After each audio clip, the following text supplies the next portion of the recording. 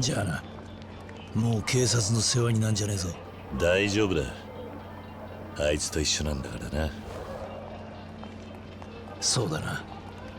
Here we are at the end, and finally we have reached the end. Yakuza Kiwami is an amazing game, an amazing remake of the Yakuza first game that I've played so far, considering I've only played Yakuza 0 at this point in time. But just from based on my experience alone, as I'm starting in order from their storyline, Yakuza 0 had me mentally exhausted, not from the story but from the gameplay, and Yakuza Kiwami completely blows it out of the water. Even though it's an unfair comparison, comparing the timeline when it came out, and one's a remake and one hasn't been touched, it's an unfair comparison, but still has to be said from my experience in the gameplay that Yakuza Kiwami fixed everything that I was annoyed and hated by Yakuza 0. The gameplay feels much better to get through, and actually I kind of enjoy fighting minions now. And side quests, oh man, the side quests are even better. They don't feel like such a slog to get through. I even got completely invested in one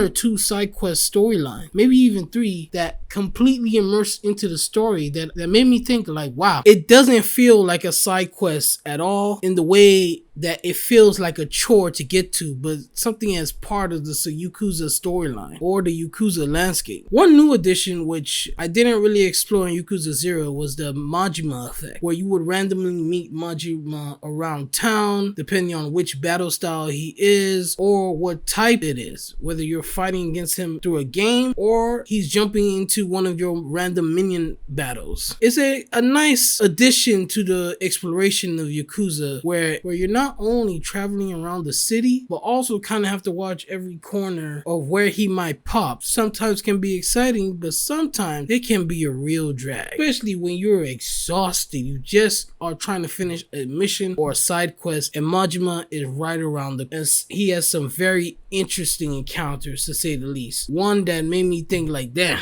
I want to gouge my eyes out. But all in all, Yakuza Kiwami is a great remake.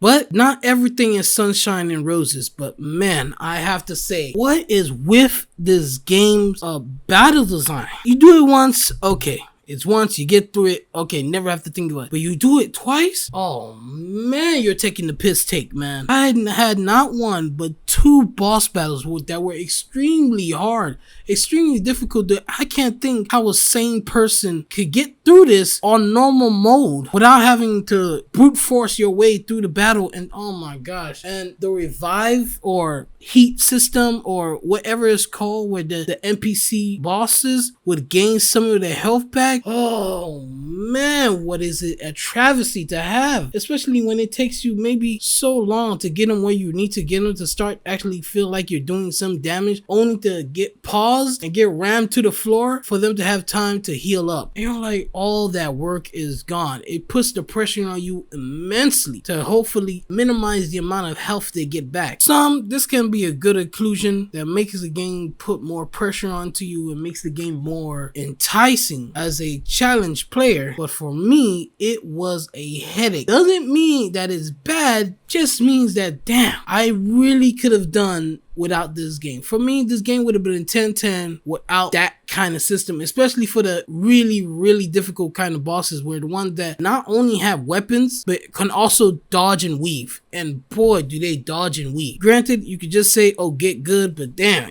I have to see someone else's gameplay, because I'm like, ain't no way you could be a normal person and play through this boss mode and make it easy. But the gameplay, even with all the annoying parts and unbelievable hated part of the experience, the gameplay was still fun. Now onto the story. The story had me in a vice grip. There were times I just screamed out, no, how could this be? I was so invested into some of the characters, and I was like, why would you do this? And the worst part about it is when I could see from a mile away some characters ending, and it still hurt like a gut punch when I still see it happen. And I'm like, please, and I'm begging the author or begging the story writer, I'm begging the story writer as I'm playing it, please don't make this happen, as I know it's gonna happen. happen, but it still happens. And it doesn't hurt any less when I see it happen. It's like, come on, can this character have any good ending? It's like, I'm tired of the bittersweet ending. I'm tired, man. I want an actual good ending. Let's end on a real good ending, on a high note.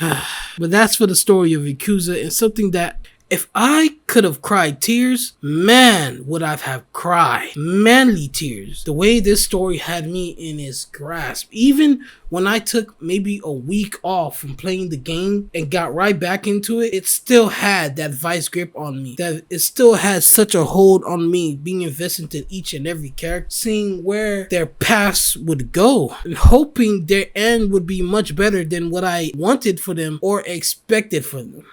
And I can't wait to see what the next entry brings me. Alright, peace out.